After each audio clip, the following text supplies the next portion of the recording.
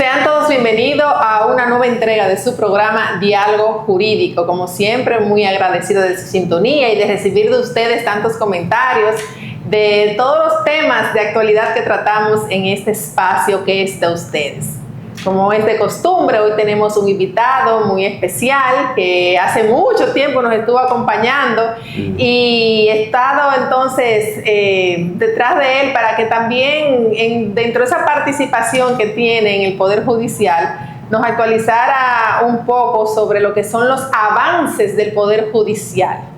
Está con nosotros un profesional del derecho, graduado de la Universidad Central del Este, UCE, docente de su alma mater en diferentes materias, con maestría en Derecho Constitucional, la maestría de Legislación Económica y Derecho Empresarial de la Pucamaima, entre muchos otros estudios.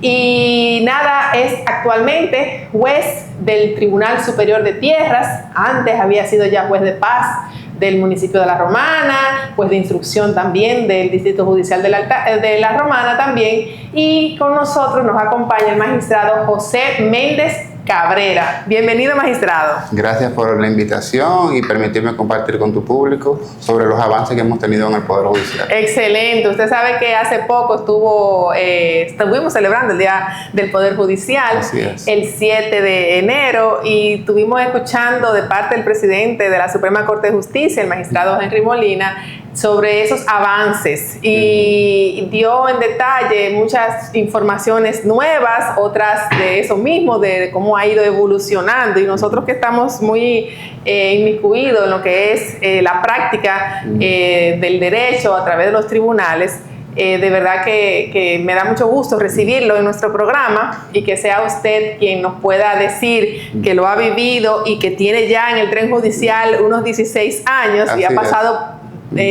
por lo que he visto, por diferentes etapas, igualmente nosotros, y de verdad que me da muchísimo placer tenerlo aquí nuevamente. Muchas gracias, y el objetivo es conversar sobre esto, sobre las transformaciones que hemos tenido en el Poder Judicial en los últimos tiempos, y sobre todo que la ciudadanía tenga la información de cómo está avanzando el Poder Judicial. Cómo vienen las cosas, ¿verdad? Efectivamente. Porque lo que no se sabe se desconoce, y al final entonces uno empieza a hablar cosas y hasta a veces critica por desconocimiento. Y este es verdaderamente un espacio que lo que busca es eso, actualizar a la ciudadanía en un lenguaje llano y práctico, porque el conocimiento lo es todo. Y el Poder Judicial, que es uno de los poderes del Estado, parte esencial para dirimir los conflictos, todo el mundo tiene a veces sus temores, ¿verdad? De si verdaderamente yendo a la justicia tendrá justicia, le será impartida la justicia. Efectivamente. Sí. El Poder Judicial tiene la característica que es un lugar donde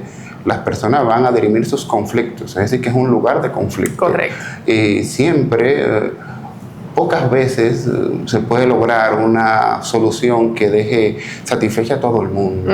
Regularmente en el Poder Judicial se le otorga, se adjudica derechos a una parte, y es natural que la persona que no resulte gananciosa tenga cuestionamiento de cómo ha pasado todo su proceso. Sí. Para eso tenemos vías de recurso y un grupo de tecnicismo que conocemos. Exacto. Y que el ciudadano común quizás no lo domina tanto, pero sí, efectivamente, el Poder Judicial es un lugar de conflicto, y uno tiene que hacer todo lo posible para que sea lo más fácil para los usuarios. Y lo importante es dejarle saber al ciudadano con la transparencia que se están haciendo esos avances, donde ya tú tienes, y lo vamos a ir viendo a lo largo del programa, acceso, que antes no se tenían el acceso ya con un clic a los expedientes que cualquiera pueda tener o imaginarse. Entonces ya eso para mí tiene un valor incalculable. Efectivamente, ese acceso que estamos teniendo hoy a los expedientes, a los procesos del Poder Judicial, es una garantía para el usuario de que no solamente para el caso individual, que funciona mucho para usted poder fijar una audiencia y algunos otros trámites administrativos, sino también para que el ciudadano vea cómo se maneja el Poder Judicial. Exacto, esas audiencias que siguen siendo oral, pública y contradictoria, yo sé que usted va a explicar un poco ahora, después de esta pequeña pausa que vamos a hacer, cómo se están manejando las audiencias virtuales y dónde entra esa publicidad que muchas personas dicen, pero yo quiero ver esa audiencia, no, pero que es virtual y cómo yo lo hago y si yo quiero participar. Entonces vamos a hacer nuestra primera pausa, magistrado, y al regresar entonces entrar en materia sobre los diferentes ejes, sobre los avances que ha tenido el Poder Judicial. Al regresar.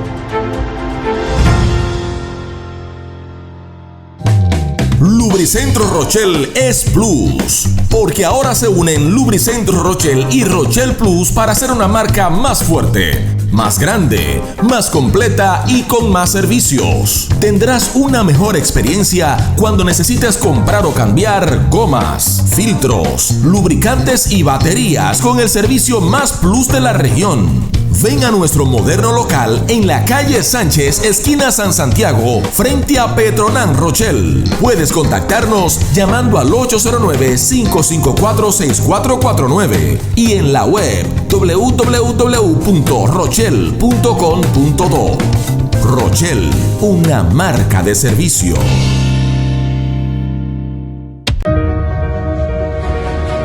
En cada comunidad, en cada encuentro y en cada gestión, hay una voz que se escucha. Da la palabra el senador Rafael Duluc. La voz de los hombres y mujeres que creen en el trabajo, de las familias que sueñan con un mejor mañana, de una provincia que no se detiene. Esa es la voz de los altagracianos. Es especial porque la provincia de Altagracia no es una provincia que representa a Rafael Barón Duluc. Es una provincia que lo representamos todos primero. Durante este año, esa voz se ha llevado al Congreso, se ha convertido en iniciativas, en gestiones, en acciones sociales y en un compromiso firme con el bienestar de nuestra gente. El senador ya llegó por primera vez, un senador electo llega a la comunidad de los negros, que no es un momento de campaña.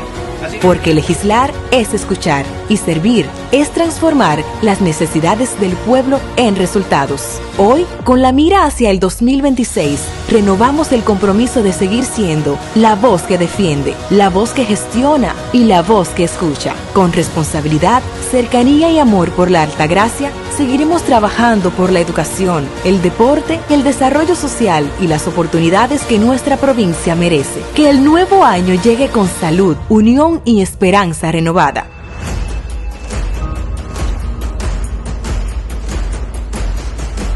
Doctor Rafael Barón Duluc, Cholitín, senador de la provincia de la Altagracia. Residencial Punto Bávaro, el mejor lugar para invertir. El residencial de todos, donde tu dinero no se para de crecer. Residencial Punto Bávaro, no te detengas y cumple tus sueños. Invierte en Bávaro, Punta Cana. Residencial Punta Bávaro, el mejor lugar para invertir en tu sueño de tener tu propio techo. Vivir en la zona de Bávaro Punta Cana, a solo minutos de los principales centros comerciales de la zona, del aeropuerto y la playa. Punta Bávaro es un residencial cerrado con cámaras de vigilancia y seguridad permanente. Ven, ya es tiempo de que des el paso y que sea en uno de los lugares más exclusivos de la zona. Desde $70 el metro. Información y ventas al 829-436-8636. Residencial Punta Bávaro. Bávaro, Punta Cana, hoy.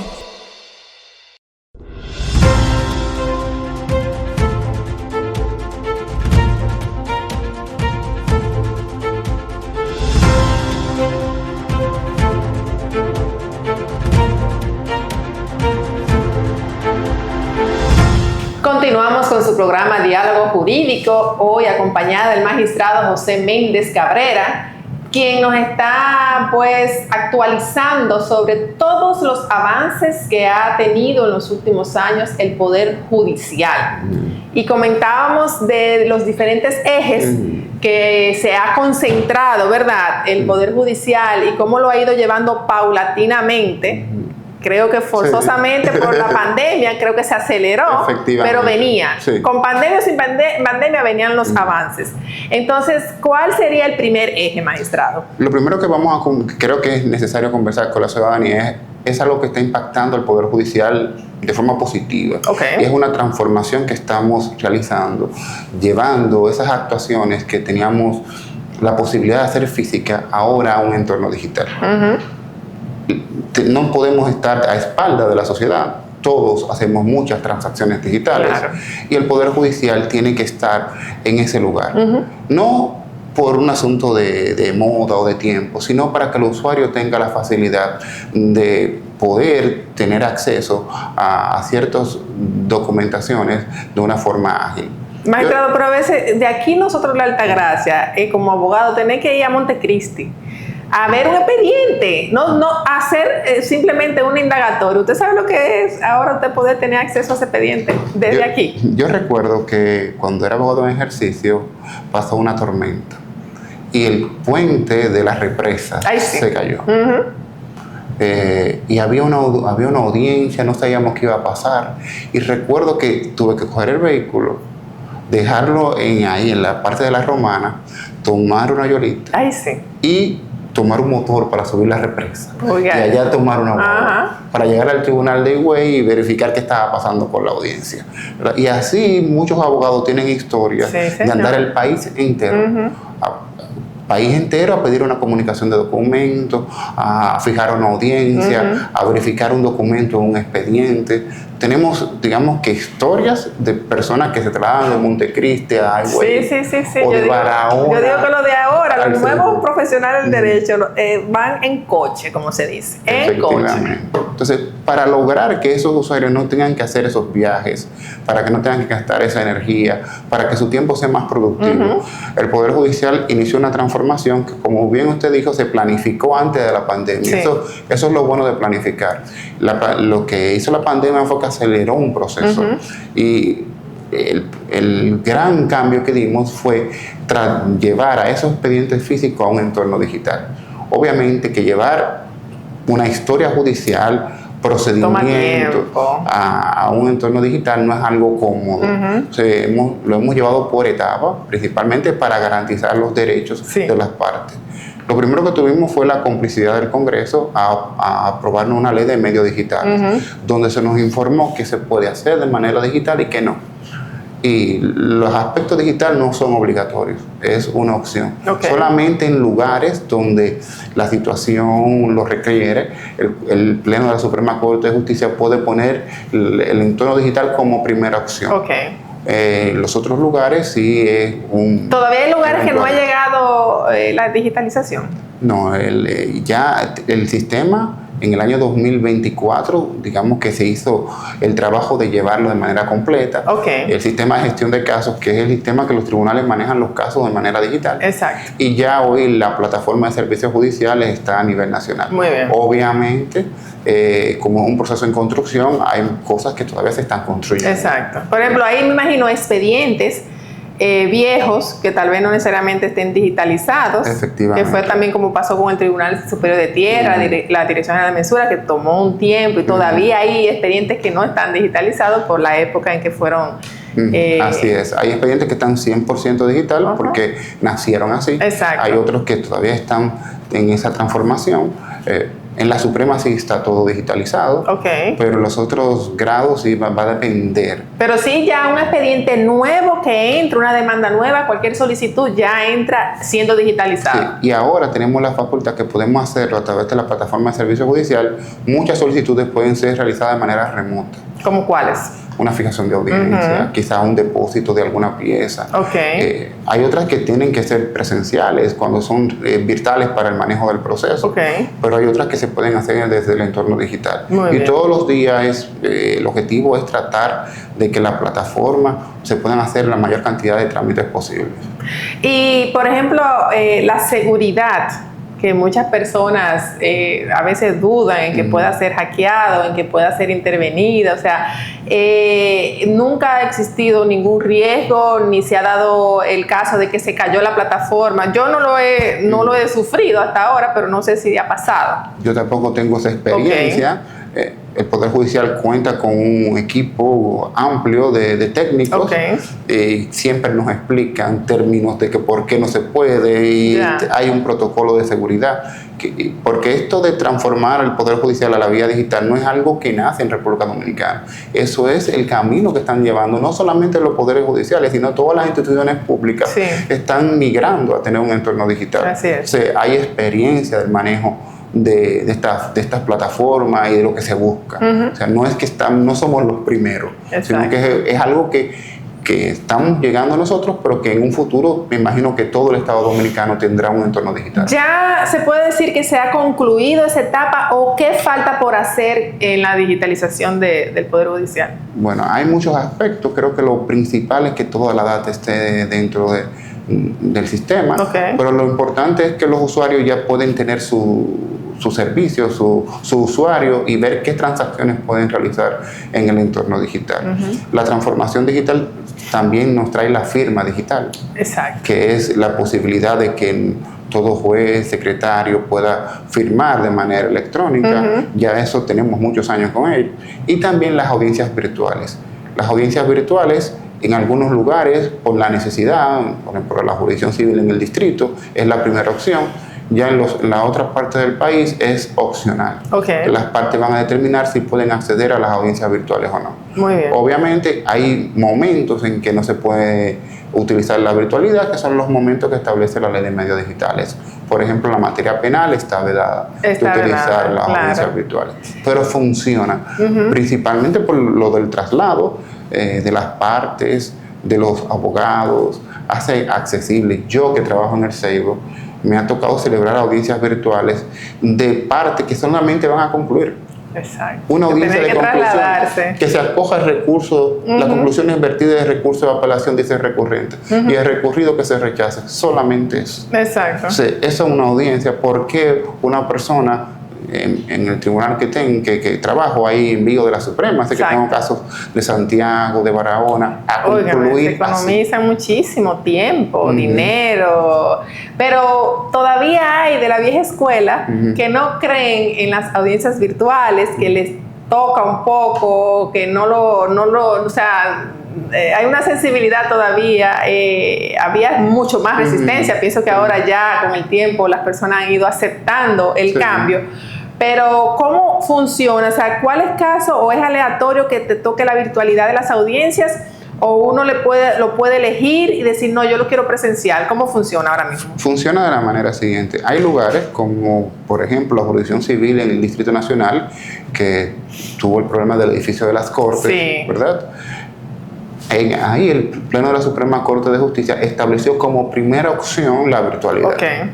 Para el resto del país, la virtualidad es una opción, es la segunda opción. O sea, lo principal es la presencialidad. Si usted no quiere la audiencia virtual, pues lo que hace es no aceptarla, ¿verdad? Lo puede rechazar. O sea, el que fija audiencia, el demandante, que se supone que siempre es el que toma la iniciativa de fijar la primera audiencia, le dan la opción de virtual o presencial.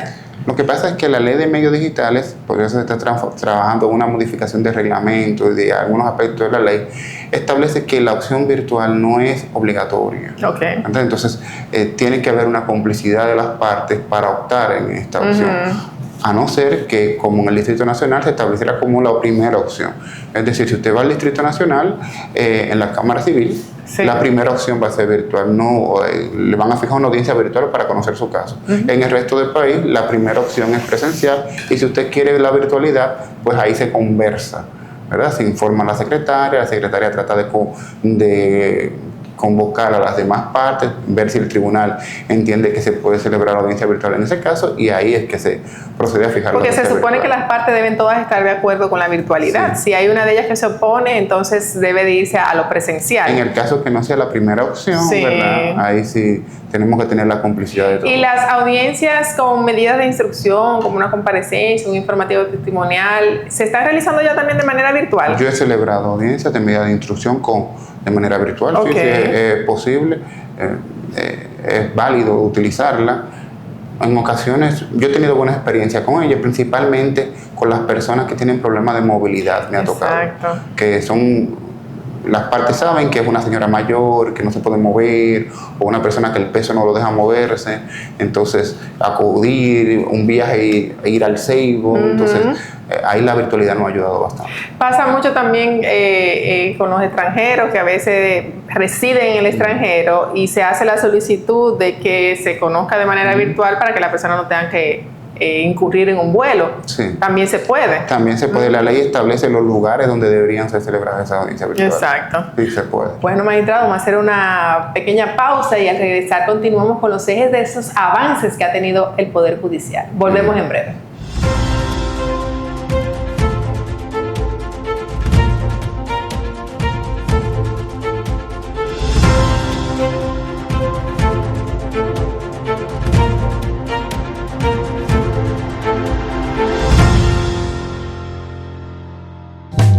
Lubricentro Rochel es Plus, porque ahora se unen Lubricentro Rochel y Rochel Plus para hacer una marca más fuerte, más grande, más completa y con más servicios. Tendrás una mejor experiencia cuando necesites comprar o cambiar gomas, filtros, lubricantes y baterías con el servicio más plus de la región. Ven a nuestro moderno local en la calle Sánchez, esquina San Santiago, frente a Petronan Rochel. Puedes contactarnos llamando al 809-554-6449 y en la web www.rochel.com.do. Rochel, una marca de servicio.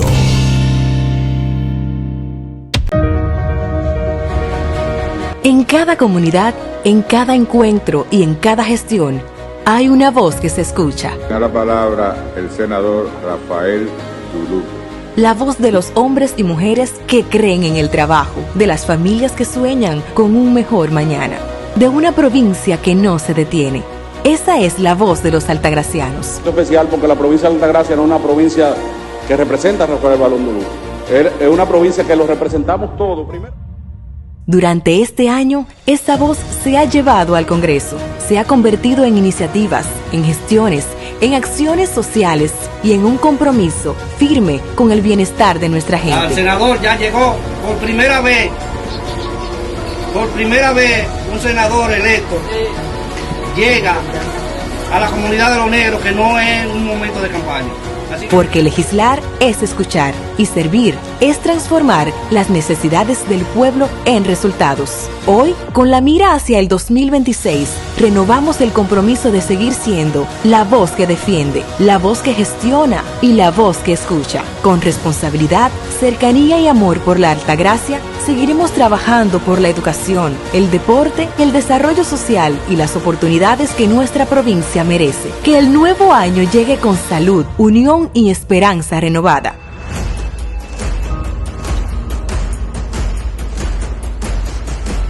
Doctor Rafael Barón Dulú, Cholitín, senador de la provincia de la Altagracia. Residencial Punto Bávaro, el mejor lugar para invertir. El residencial de todos, donde tu dinero no se para de crecer. Residencial Punto Bávaro, no te detengas y cumple tus sueños. Invierte en Bávaro, Punta Cana. Residencial Punta Bávaro, el mejor lugar para invertir en tu sueño de tener tu propio techo. Vivir en la zona de Bávaro Punta Cana, a solo minutos de los principales centros comerciales de la zona, del aeropuerto y la playa. Punta Bávaro es un residencial cerrado con cámaras de vigilancia y seguridad permanente. Ven, ya es tiempo de que des el paso y que sea en uno de los lugares más exclusivos de la zona. Desde $70 el metro. Información y ventas al 829-436-8636. Residencial Punta Bávaro. Bávaro, Punta Cana, hoy.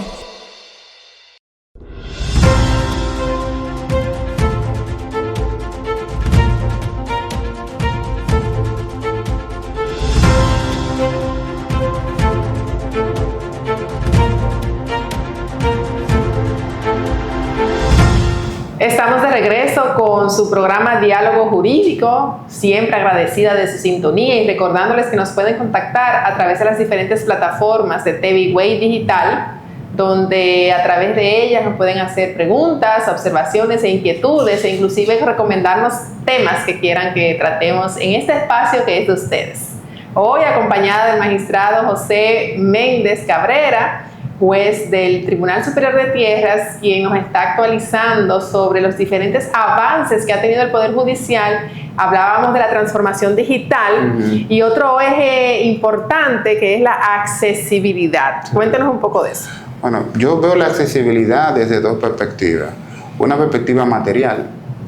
A veces, aunque parezca sencillo y los tribunales no sean, digamos que de muchos pisos, pero en ocasiones resulta difícil una persona subir a un segundo nivel. Claro. A veces resulta quizás difícil una persona mayor declarar. Sí.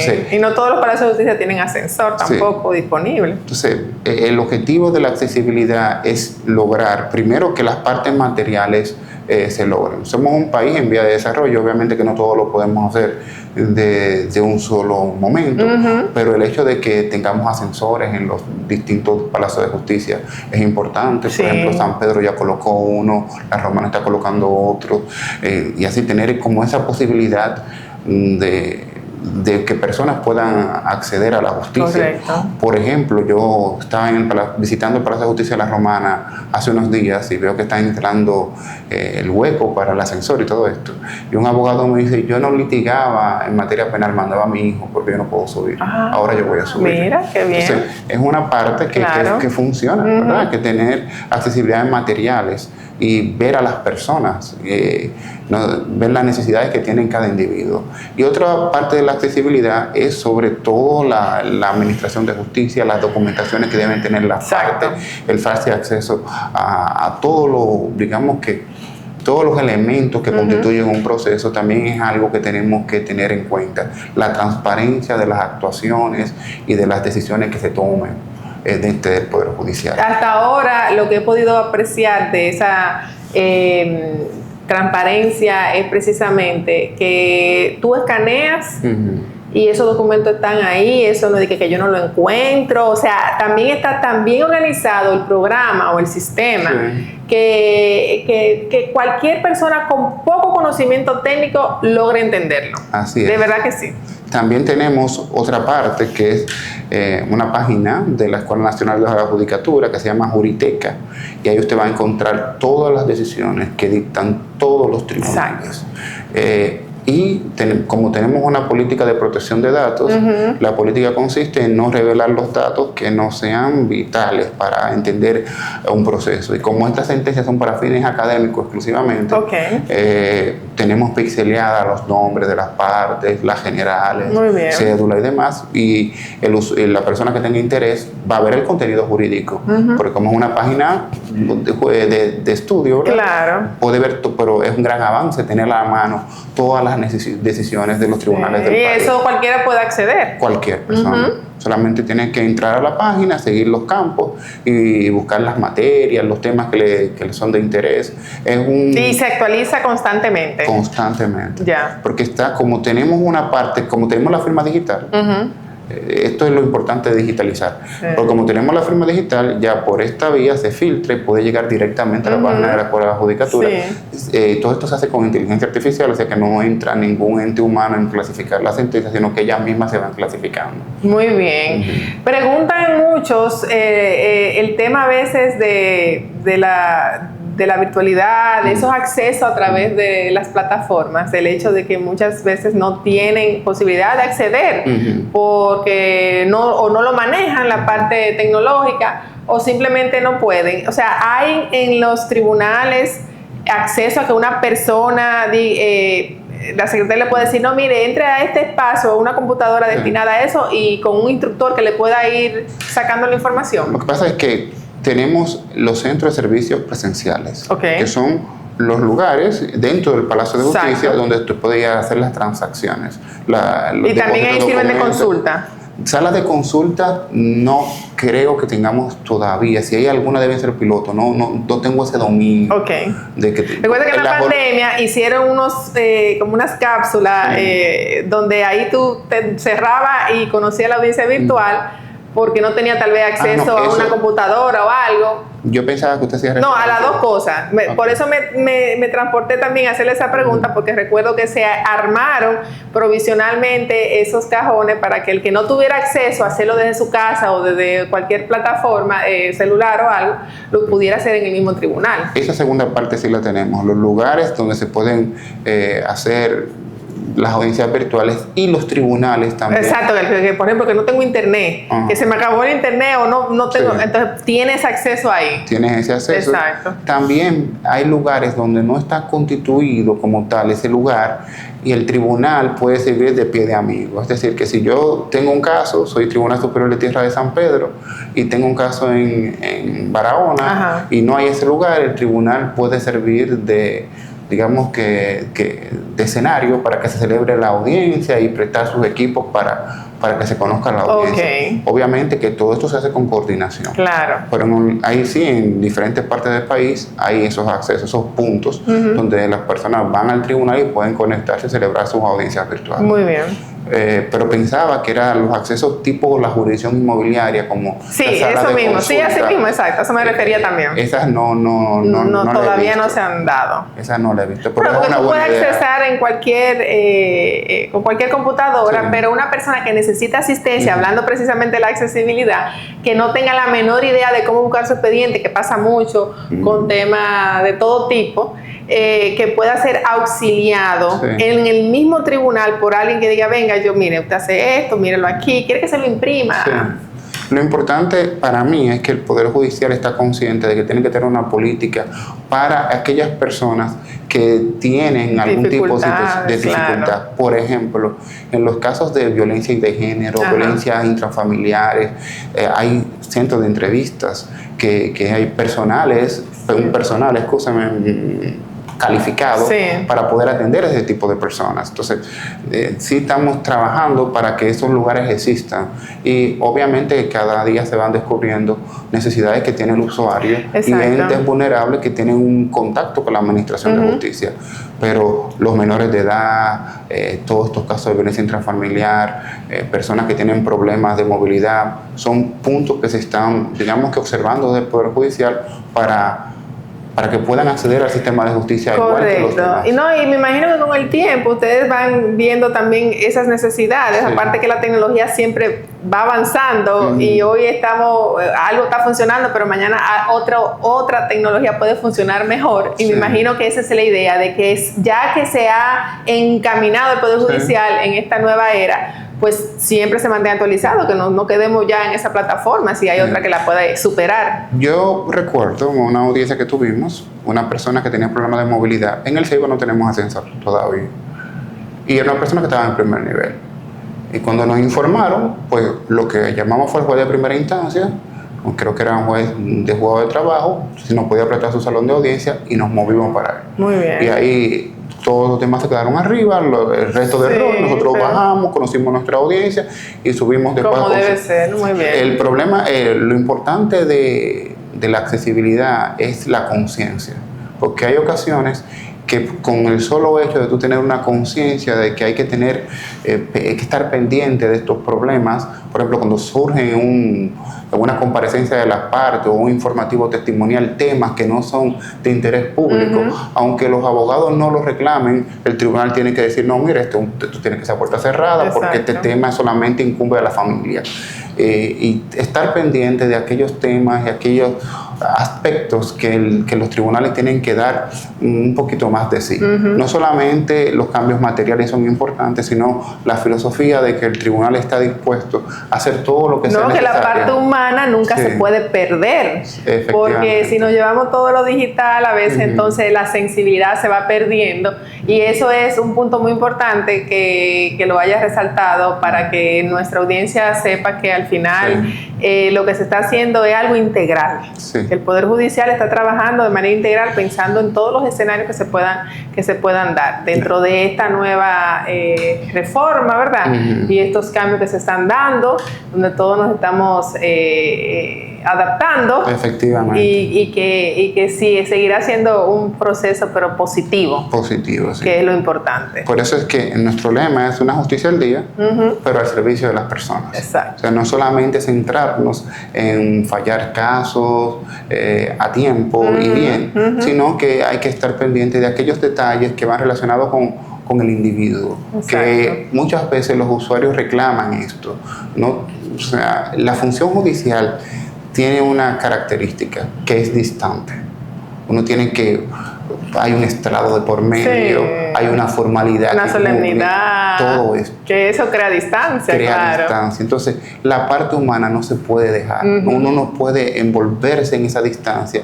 Y también la costumbre de manejar casos difíciles, obviarse de que hay una persona de por medio. Por eso sí tenemos que tener una justicia al día, pero siempre tiene que ser al servicio del individuo, al servicio de las personas. Completamente. Bueno, vamos a hacer otra pausa, magistrado, y al regresar hay un eje que no se puede quedar, que me lo voy a reservar para cuando volvamos de esta pausa.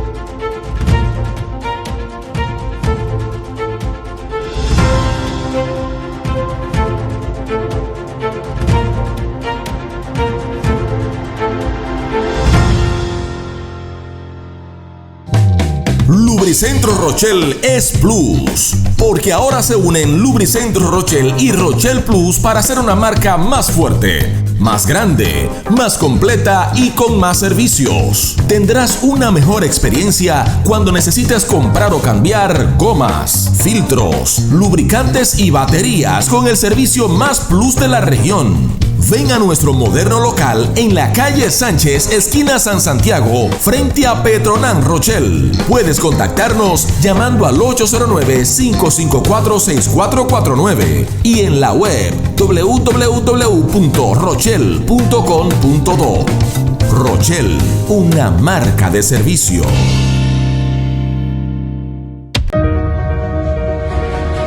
En cada comunidad, en cada encuentro y en cada gestión, hay una voz que se escucha. Da la palabra el senador Rafael Dulú.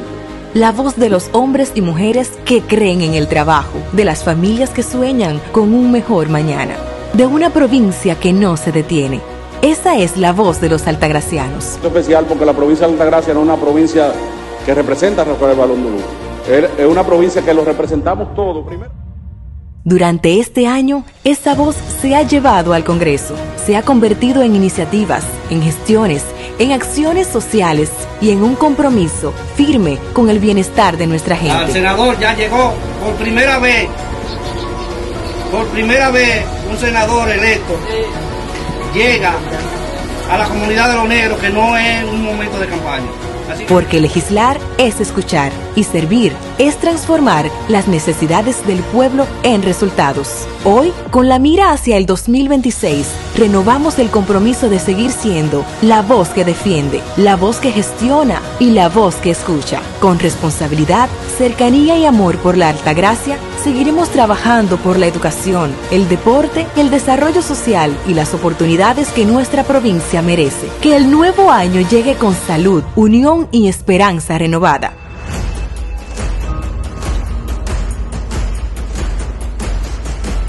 Doctor Rafael Barón Dulú, Cholitín, senador de la provincia de la Altagracia. Residencial Punto Bávaro, el mejor lugar para invertir. El residencial de todos, donde tu dinero no se para de crecer. Residencial Punto Bávaro, no te detengas y cumple tus sueños. Invierte en Bávaro, Punta Cana.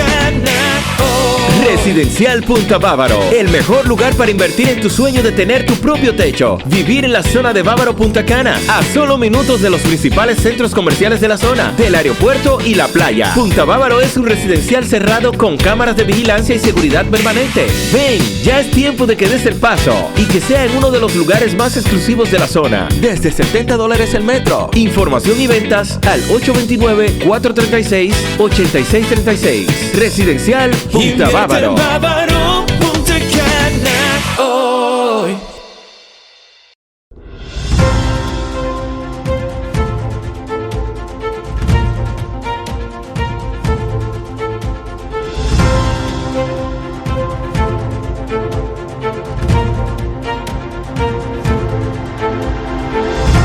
Continuamos con Diálogo Jurídico, hoy tratando los avances del Poder Judicial del magistrado José Méndez Cabrera, quien ya se ha referido a lo que es la accesibilidad, lo que es la transformación digital y el eje para mí más importante como abogada en ejercicio y litigante, el de cero mora. Así es. Cuéntenos esa meta, ese objetivo, ese propósito que lo hemos escuchado ya desde hace varios años, que ese era uno de los grandes dolores de cabeza.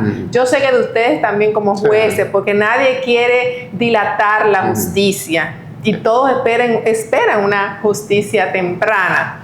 Bueno, la mora es el retardo que tienen los tribunales en decidir los procesos. Sí. Ese retardo viene dado por plazos. O sea, materia civil, después que el expediente quede en estado de fallo, tenemos 3 meses para fallar. En materia inmobiliaria, 60 días.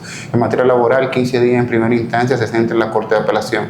En materia penal, tiene que fallar inmediatamente, pero hay un plazo para la redacción de sentencia. Entonces, la mora judicial es cuando el tribunal no puede cumplir con estos plazos. No se cumple por varios motivos. Sí. Explíquelo bien, magistrado, que a veces no saben, la gente desconoce por qué. El primer motivo es quizás una sobrecarga que pueden tener los tribunales, ya sea de trabajo o una falta de personal para manejar ciertos tipos de casos. También hay un motivo, quizás la dificultad del caso requiere un poquito más de estudio.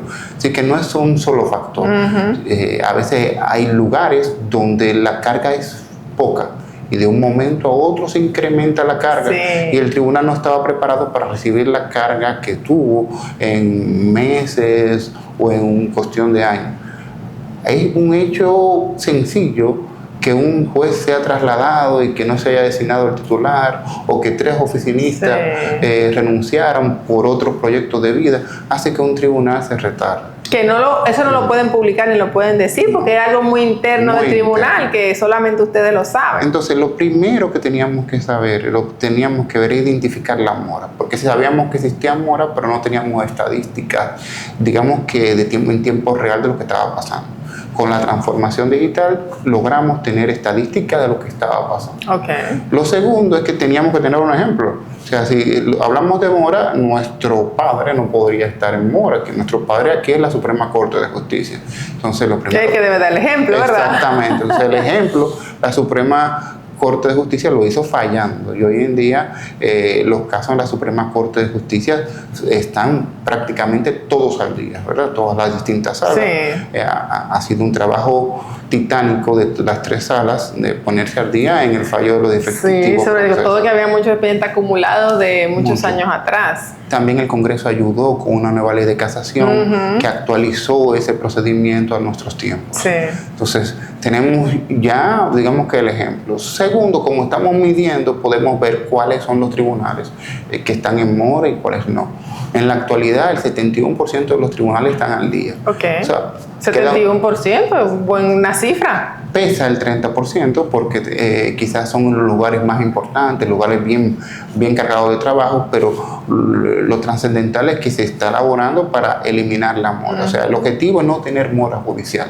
Y esto se logra primero identificando dónde están los distintos puntos donde el Poder Judicial debe colocar esfuerzo. Y una pregunta, la mora judicial, ese pronto fallo que a veces uno solicita, que ya lo hace a través de la plataforma, es lo que permite que ustedes lleven esas estadísticas. Porque antes, como uno lo hacía manual, tal vez eso se quedaba ahí en la secretaria. No es eso que nos da la estadística. ¿Cómo es? Como el expediente ahora está digital, cuando el expediente queda en estado de fallo, el sistema ya inicia el plazo. El sistema dice cuándo comienzan los plazos. Se terminan los plazos de crédito justificativo, y cuando el mismo sistema nos dice se acabaron los plazos y este expediente está en fallo. O sea, que el juez puede tener una alerta de decir, uy, tengo tanto expediente pendiente ya en mora. O sea, tiene pleno conocimiento del retraso que tiene y cómo debe de ir avanzando. En tiempo real, yo sé cuánto expediente tengo en mora, no solamente cuánto tengo en mora, cuánto tengo en camino. Correcto. O sea, lo tengo en una plataforma individual. Cada juez tiene su plataforma, digamos que su espacio, donde ve cuáles cuál es su movimiento, y la secretaria del tribunal tiene también el movimiento de su tribunal. Pero para ser justos, ¿no sería bueno ampliar un poquito más, extender un poquito más esos plazos, que algunos son muy, muy cortos y que al final se sabe que no se va a poder cumplir con esos 15 días, por ejemplo, del juzgado de trabajo? Lo que pasa es que son plazos legales. Entonces ahí habría que haber una reforma. Tendría que ser una reforma de cada procedimiento,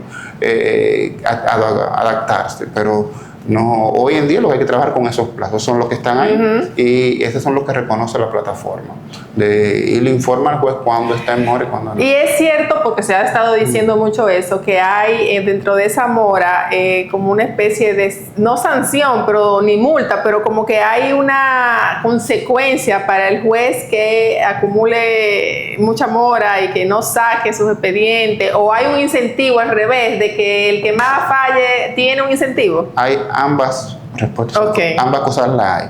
Primero, el juez que está en mora y no falla la cantidad de procesos que se le requiere al año, tiene una merma en su evaluación de desempeño. Y esa merma en la evaluación de desempeño afecta porque cada 3 años hacen un movimiento salarial. O sea, los jueces no ganamos lo mismo, sino que tenemos categoría. Y para cambiar de categoría hay que tener unos requisitos en la evaluación de desempeño. Hay que sacar una buena nota para eso. Entonces, la movilidad en la escala salarial se ve afectada si usted no cumple con esos estándares. Eso es por un lado.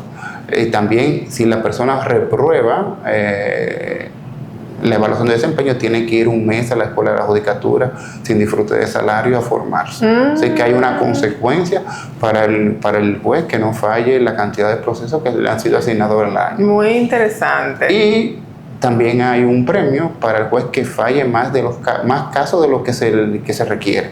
Se estableció una media de distintas jurisdicciones y cuánto debería ser fallado por cada juez. Entonces, cada 3 meses se hace un corte, y si usted falló más de la cantidad de procesos, tiene un incentivo por esa productividad adicional.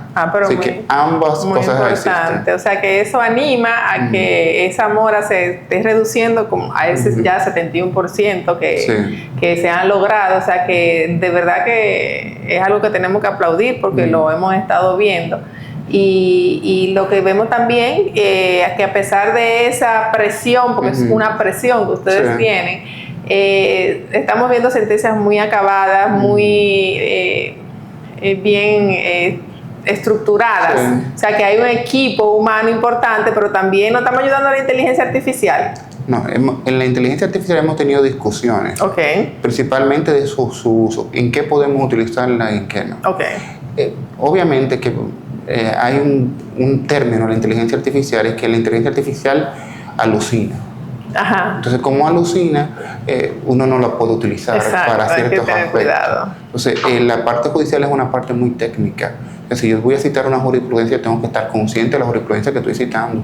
Si voy a hacer una referencia a un texto legal, tiene que ser consciente de ese texto legal. Y una persona quiere que un juez haga la valoración de los hechos y los elementos de prueba. Así que en esa parte la inteligencia artificial no nos puede ayudar. O sea, que ahora mismo las sentencias siguen saliendo 100% de humano. El juez tiene el deber de redactar su sentencia. Obviamente hay aspectos que sí se puede utilizar la inteligencia artificial, ¿por qué no? Quizás asuntos ortográficos, de redacción, de forma. No es que se le da la espalda a la inteligencia artificial, pero es una discusión importante el uso de la inteligencia artificial en el ámbito jurídico. La Escuela Nacional de la Judicatura tiene formaciones sobre esto, porque son temas que hay que discutir. Y también hay que ver cómo evoluciona la inteligencia artificial y en qué podemos utilizarla, en qué aspectos se puede utilizar y en qué no. Hasta ahora sí, en esos aspectos generales, qué sé yo, a veces llenar un formulario, escanear un documento para que verifique quiénes son las partes.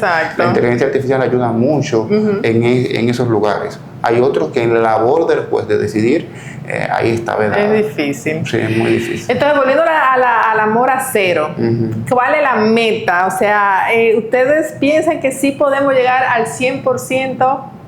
Yo creo que sí, creo que lo importante es identificar dónde están esos lugares que necesitan ayuda. Eso, tener un sistema que nos dice... Que me imagino que normalmente es falta de recursos humanos, entiendo. Puede ser... O de organización. Imagínense, Lo pongo un ejemplo. Antes, yo tuve un tiempo en materia laboral. A veces hacían demandas colectivas. Quebraba un hotel de 3.000 trabajadores y hacían una demanda colectiva. Hoy no, hoy la hacen individual, así que son 3.000 casos.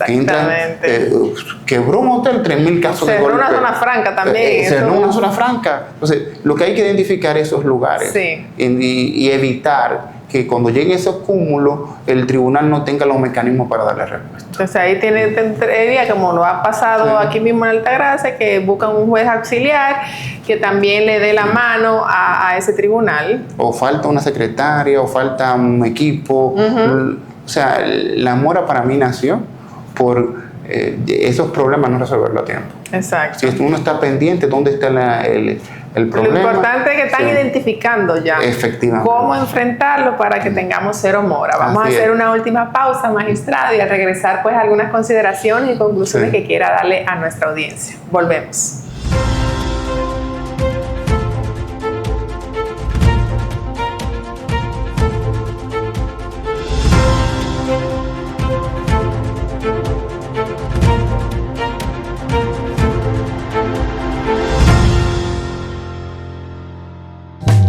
Lubricentro Rochel es Plus, porque ahora se unen Lubricentro Rochel y Rochel Plus para hacer una marca más fuerte, más grande, más completa y con más servicios. Tendrás una mejor experiencia cuando necesites comprar o cambiar gomas, filtros, lubricantes y baterías con el servicio más plus de la región. Ven a nuestro moderno local en la calle Sánchez, esquina San Santiago, frente a Petronan Rochel. Puedes contactarnos llamando al 809-554-6449 y en la web www.rochel.com.do. Rochel, una marca de servicio.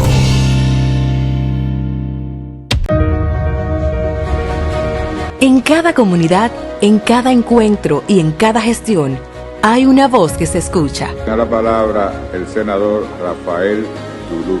La voz de los hombres y mujeres que creen en el trabajo, de las familias que sueñan con un mejor mañana, de una provincia que no se detiene. Esa es la voz de los altagracianos. Es especial porque la provincia de Altagracia no es una provincia que representa a Rafael Balón Dulú. Es una provincia que lo representamos todos primero. Durante este año, esta voz se ha llevado al Congreso, se ha convertido en iniciativas, en gestiones, en acciones sociales y en un compromiso firme con el bienestar de nuestra gente. El senador ya llegó por primera vez un senador electo llega a la comunidad de los negros, que no es un momento de campaña.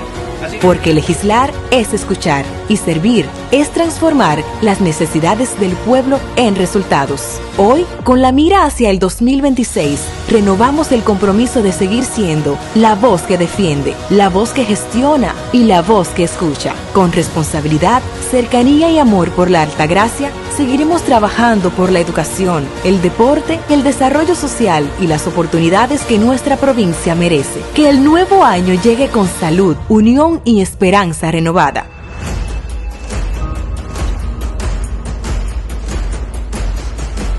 Doctor Rafael Barón Dulú, Cholitín, senador de la provincia de la Altagracia. Residencial Punto Bávaro, el mejor lugar para invertir. El residencial de todos, donde tu dinero no se para de crecer. Residencial Punto Bávaro, no te detengas y cumple tus sueños. Invierte en Bávaro, Punta Cana. Residencial Punta Bávaro, el mejor lugar para invertir en tu sueño de tener tu propio techo. Vivir en la zona de Bávaro Punta Cana, a solo minutos de los principales centros comerciales de la zona, del aeropuerto y la playa. Punta Bávaro es un residencial cerrado con cámaras de vigilancia y seguridad permanente. Ven, ya es tiempo de que des el paso y que sea en uno de los lugares más exclusivos de la zona. Desde $70 el metro. Información y ventas al 829-436-8636. Residencial Punta Bávaro. Bávaro, Punta Cana, hoy.